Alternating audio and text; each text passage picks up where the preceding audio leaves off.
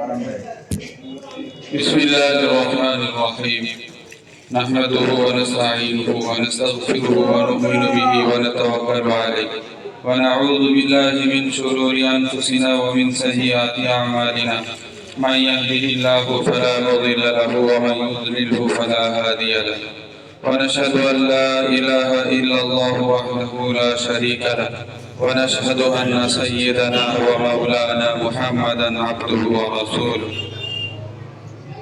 صلى الله عليه وعلى آله وأصحابه وأزواجه وذرياته وسلم تسليما كثيرا كثيرا أما بعد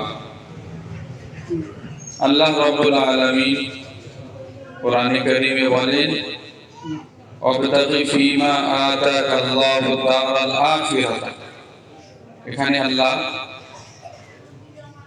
চারটি হুকুম বর্ণনা করেছেন যাদের কাছে আল্লাহ তাআলা অর্থ সম্পদ দিয়েছেন।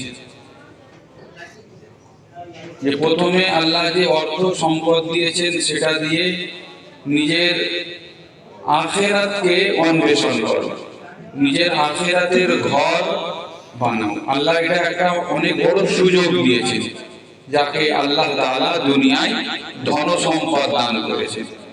সে সেই ধন সম্পদ দিয়ে নিজের আখিরাতের ফিকির করবে। প্রথমে এই জন্যই যে অর্থ সম্পদ দিয়ে মানুষ তো নিজের দুনিয়া সাজানোর তার তো ফিকির সব থেকে আগে মাথায় আপনা আপনি আসে। ওই জন্য আল্লাহ প্রথমে তাকে বলছেন যে তুমি আখিরাতটাকে গুছিয়ে নাও, দান করে, যাকাত দিয়ে, হজ উমরা করে, আর গরিব অসহায়ের পাশে দাঁড়িয়ে নিজের আখিরাতের ঘরটাকে সুন্দর করে তৈরি করে নাও। ওয়ালা তানসা নাসিবাকা মিনাদ দুনিয়া। তারপর আল্লাহ বলছেন যে পার্থিব নিজের অংশটাও ভুলে যাবে না, যেটা নিজের হক, খাওয়া পরা থাকা, সেই মাল আল্লাহ যখন দিয়েছেন সেটা থেকে একটু ভালো খাও, ভালো পড়ো, ভালো থাকো। রাসূলুল্লাহ সাল্লাল্লাহু আলাইহি ওয়াসাল্লাম হাদিস শরীফের মধ্যে বলেছেন যে এটাও আল্লাহ তাআলার নিয়ামতের একটা বহিঃপ্রকাশ, একটা শুকরিয়া যে আল্লাহ যাকে একটু অর্থ সম্পদ দিয়েছেন সে সেটার একটু বহিঃপ্রকাশ করবে, একটু ভালো খাবে, ভালো পড়বে, ভালো থাকবে। এটা একটা আল্লাহর শুকরিয়া আদায়। তা না হলে যাকে আল্লাহ অর্থ সম্পদ দিয়েছে সে যদি খুব গরিবের মতো আর আপনার মিসকিনের মতো জীবন যাপন করে, এ আল্লাহ তাআলা শুকরিয়া আদায় করবে না। তাকে দেখে সবাই মনে করবে যে আল্লাহ তাআলা একে কিছু দেয়নি। ওই জন্য যাকে যেরকম দিয়েছে কিছুটা আল্লাহর শুকরিয়া আদায়, নিজের যেটা হক, খাওয়া পরা থাকা আদায় করা উচিত। ওয়া আহসিন কামা আহসানাল্লাহু ইলাইকা। তৃতীয় হুকুম আল্লাহ বলেছেন আল্লাহ যেরকম তোমাকে অর্থ সম্পদ দিয়ে তোমার সঙ্গে আল্লাহ ইহসান করলেন, তোমার সঙ্গে আল্লাহ উত্তম আচরণ করলেন, তুমিও মানুষের সঙ্গে উত্তম আচরণ করো।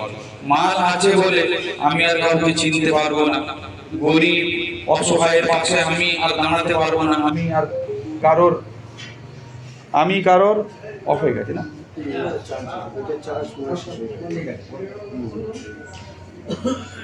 তো আল্লাহ যেরকম আমাকে অর্থ দিয়েছেন, আমার সঙ্গে উত্তম আচরণ করেছেন, আমিও মানুষের সঙ্গে উত্তম আচরণ করব। যতটা, অনেক দিতে হবে জরুরি নয়, যতটা সামর্থ্য। আর আপাতত না থাকলে তাকে এ রাসূলুল্লাহ সাল্লাল্লাহু আলাইহি ওয়াসাল্লামের সুন্নত বলে দেওয়া আছে, ঠিক আছে ভাই আমি পরে তোমাকে দেব। ওয়ালা তাবগিল ফাসাদা ফিল আরদ। আর চতুর্থ হুকুম যে তুমি জমিনে ফিতনা ফাসাদ করবে না।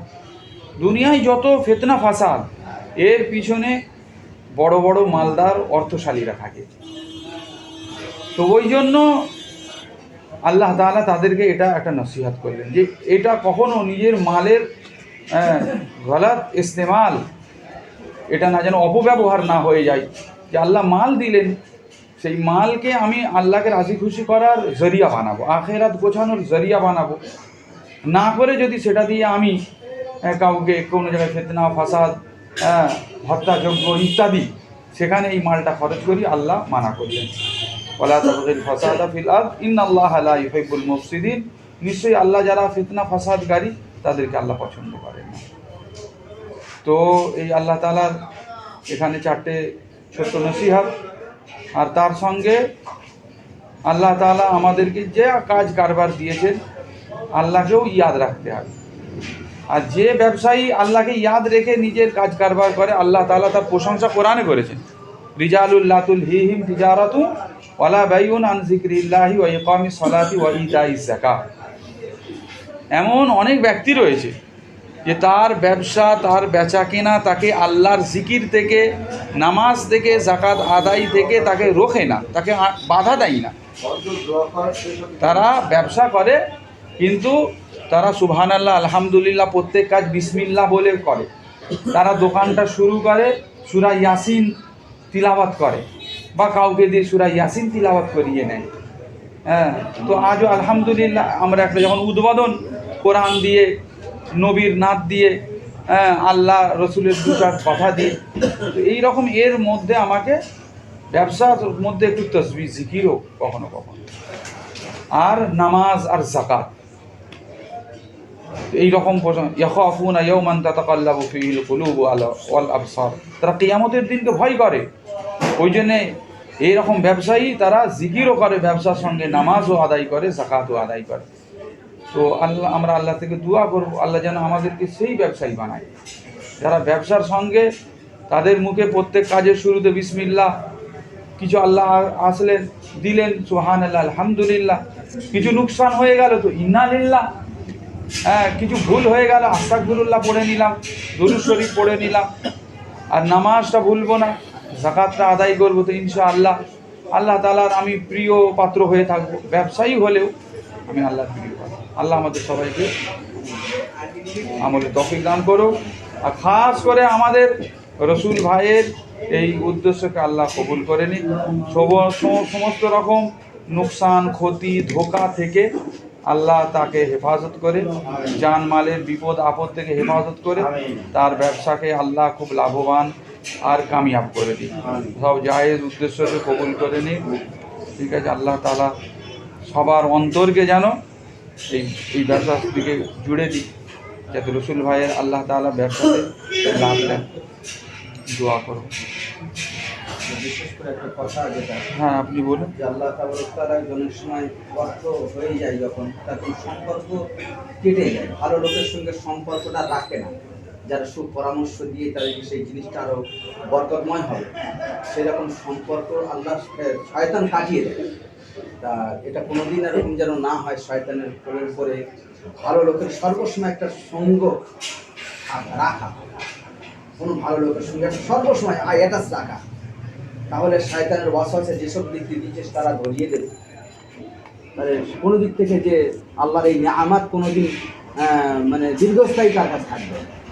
অনেকেই দেখেছে আল্লাহ তাআলা তার নিয়ামত দিয়েছে, আর এই পরামর্শ না থাকার কারণে, সম্পর্ক না থাকার কারণে শয়তান সেখানে তার সম্পর্কদাতা হয়ে গেছে, তার পরামর্শদাতা হয়ে গেছে, সম্পর্ক কিন্তু তার হয়ে গেছে, হয়ে গিয়ে তার নিয়ামত কিন্তু।